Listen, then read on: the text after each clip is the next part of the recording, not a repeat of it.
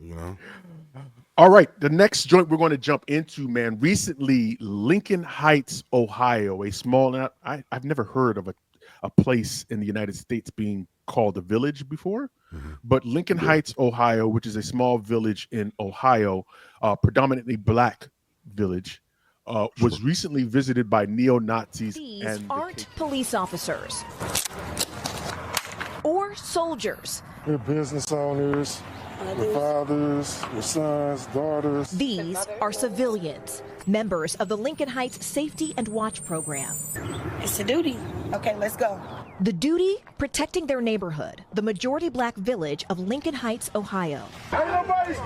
After neo-Nazis held a rally here last month, carrying rifles, waving swastikas, and hurling racial slurs, just moments before children were let out of school.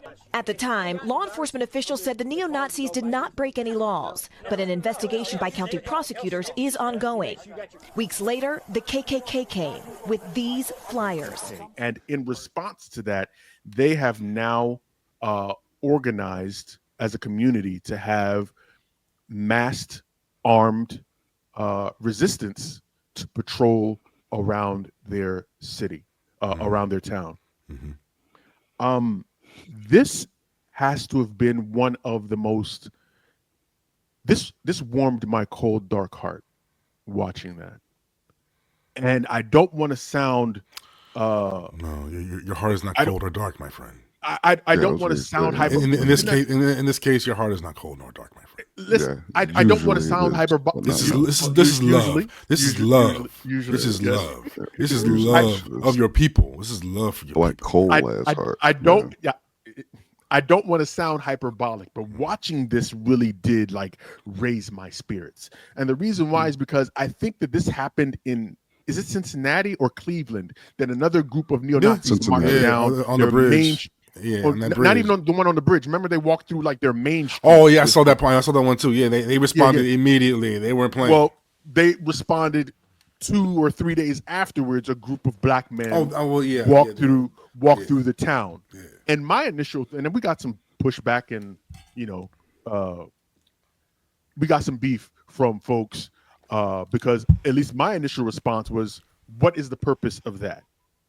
Not that they shouldn't have Sure. shown their presence, Yeah, but yeah, the yeah. fact that Yeah, they what was the purpose? unarmed men showing up Yeah, that was a days concern. after the fact Yeah, yeah, was concerning yeah. to me. yeah. This is the type of response that I expected or that I wanted. Because what we are doing is once again falling for the banana in the tailpipe to say that we are going to peacefully be about business when these people have shown to you day in and never day be out, peaceable. that it is not about Never peace peaceful. for them. Never peaceful. Your peace and Never. well-being is not on their bingo card, Never. my guy. When you So how arrive can in you guns respond and vests, and be? no. How can you respond safely? How can you respond peacefully? It doesn't make any rational sense. So watching these people collectively come together and not only arm their people, not everyone, but putting together a Most group of of them. folks that have volunteered to show up and patrol their town for the safety of their people. Yeah. It warmed my heart. When you guys watched it, when you guys saw this, what were your first thoughts? Elle, I'll let you go first. I was of the mindset of very much like you. I was excited. I was encouraged. And from an organizer standpoint, it was masterfully put together. You don't know who any of these brothers and sisters are. They have masks on. They are doing everything from a quote unquote legal standpoint. Uh, it was encouraging to see that it was a swift response. It wasn't we're going to have a bunch of meetings to come together and put this together. That's the thing about effective organizing. You don't need to have a clear blueprint of what needs to take place. Sometimes you just need to show up on the scene and then put the pieces together as you move forward. But this is the type of thing that is needed and necessary and has been growing around the country. There are other communities that are doing the same thing that the folks in Lincoln Heights are doing. and the media coverage is very, very minimum to none. And those folks are very thankful that the media is not showing up and putting a spotlight on it, because they are not looking to be on the news. They are not looking to be applauded. That was one of the things that some of the organizers who were doing it, people were saying thank you, and they were like, we're not doing this for thank you. We're not doing this for accolades. We're not doing this for pats in the back. There was one brother who actually apologized to the community and saying this is something that we should have done before. We should not have had to wait for them to show up in order for us to want to actually protect our community. And again, to be clear, they are not just protecting their community from neo-Nazis and hate groups. They are protecting their community as a form of transformative and restorative justice practices. They are doing things in their community to ensure the safety of all of the people who reside in that community. It All is of them. in the likes and the history of our greats, UEP, Malcolm. It is Robert F. Williams. We can run down the list. Can't forget Mabel, because she was out there with that thing too. Hands down, Like, bro. This is wonderful for us to Hampton, see. all of them, bro. Yeah, it would be. And I'm encouraged to see it. So Would be- I was very excited. I was concerned. I also offered a concern, because anytime that Black folks begin to make any sort of progress, we should expect huge waves of white terrorism to come our way. Yeah, big But I brother think those Dylan brothers and Rodriguez always sisters talking about are that. brothers and sisters are they're prepared for that. Yes, So indeed. well Go done. ahead, Crush. What you got? Man, I would say I was filled with an overwhelming sense of relief that the instinct to protect was still there in my people.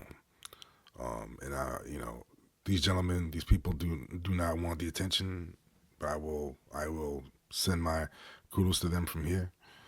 And I'm even more heartened at the inspiration these people are providing.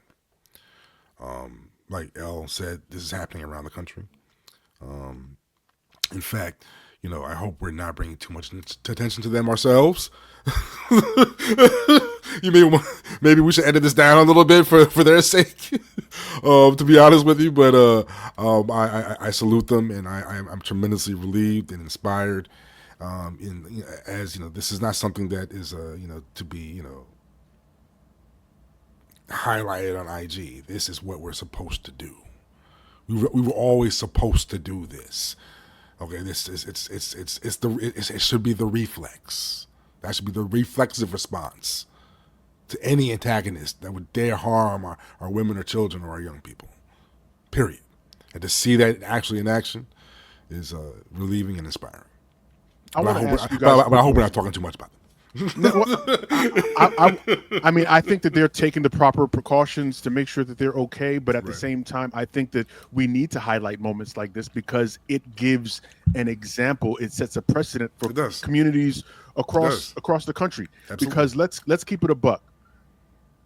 Well, let me take a step back. I want to ask you guys a question because at the end of the segment, there was an NBC News nightly news segment that talked about this group and what happened in Lincoln Heights, Ohio. At the end of the segment, they questioned or talked to a Black business owner. While many locals do support the security group, some, like business owner Eric Ruffin, say they wish the group wasn't needed.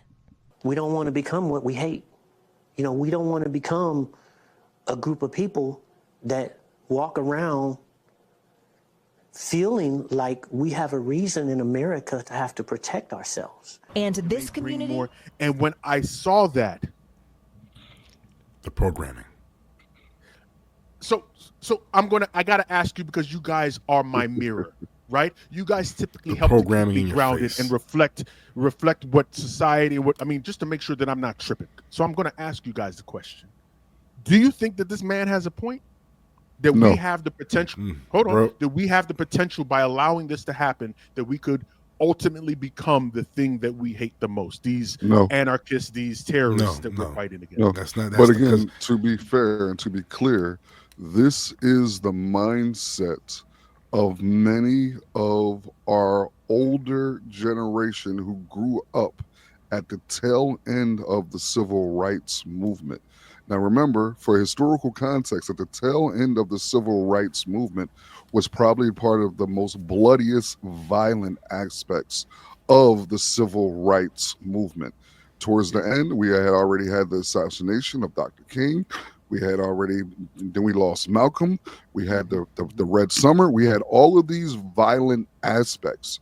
So again, his response is prototypical of what you will find from the older generation, because that fear of the retaliation of white terrorism is still so deeply ingrained in their system. So hearing them, I immediately went to damn, he cooning. But then I had to pull myself back and put in the proper context and say, while he should not be doing that, I understand what he is doing and why he's doing it. And it's fascinating to have the media go to an older black person, but didn't go to one of our YNs who on the corner who support this particular movement. That is intentional. You're always going to see the older generation on the news talking about these things, but they are never going to interview our young people because they don't want that radical revolutionary spirit to be funneled birth into the public, to be funneled out, to be represented. I mean, to be funneled into the public. Whenever I see responses like that, I'm always taken back to when to the Black Power mixtape documentary and how they describe the atmosphere after Dr. King was assassinated. They describe the atmosphere in detail. A people defeated, beaten into the ground, with only a few embers out there trying to keep the spark alive at that moment. And so when I see responses like that, I see the remnants of that trauma still lingering. Still hanging. Still lingering, and that trauma is part of the programming in this in capitalist culture. You see the program, and it's funny because there have been times in my life, I'm going off script here, but where I can feel the programming in my head too, where I can feel it softening my thinking around the idea of the kind of response we should have in a civil society. Right, but then I have to ask myself: am I living in a civil society? And if I'm under, so how do I respond to that? You're faced with these hard questions over what it means to be, or what civilization is, and what it should be. That's bars. I dig it. All right, well, just to wrap up, because real quick, I want us to I don't want to go too far on this, but there is a class war divide that is taking place in our community. And on one side is that you typically will have the older middle class generation who hold on to a lot of those integrationist civil rights mentality. And they typically will be at the head of many of your civil rights boards in your community. And there is a divide that is taking place that is wow. So this is a not necessarily a precursor, but this conversation is actually hopefully will put a spotlight on that, because we got to have some larger conversations internally, because we are sabotaging ourselves in many ways. The diaspora will be going through turn.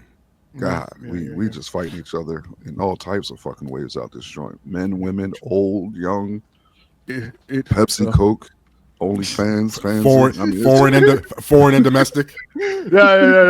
Oh, no. Foreign and domestic motherfuckers today. Listen, okay, well, just to put a bow on it though. Who? Just to put a bow on it. They've got Hamilton after all of this happened, right? And it's very interesting. We got to close it out on this. The response, the community response.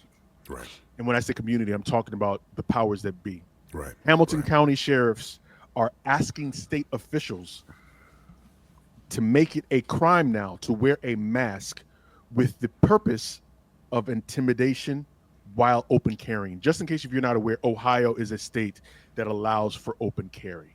Right. It's very interesting that armed white men can come into Ohio Masked. and walk through the city masked, and then not have this law, them not bring up the need for this new legislation. But now that black people are arming themselves, now or they attempting need, to now arm they need, themselves, now they need legislation to pull people back. Right. Most famously, we saw this with the Black Panther Party and Ronald Reagan in California. We know that that's where most of our gun rights laws came from. A very good book that you should pick up. A very good book that you should pick up. A group that never fired a bullet. A very good book that you should pick up is called The Second by Dr. Carol Anderson. Talks about the look at you dropping Dr. Carol Anderson on the show. That's man, my dog. I am so proud of you. That's my dog. She goes in depth about the disparity between gun laws and how they're applied and how they've historically been applied to black people in this country. So make sure you check that book out if that's not on your reading list already.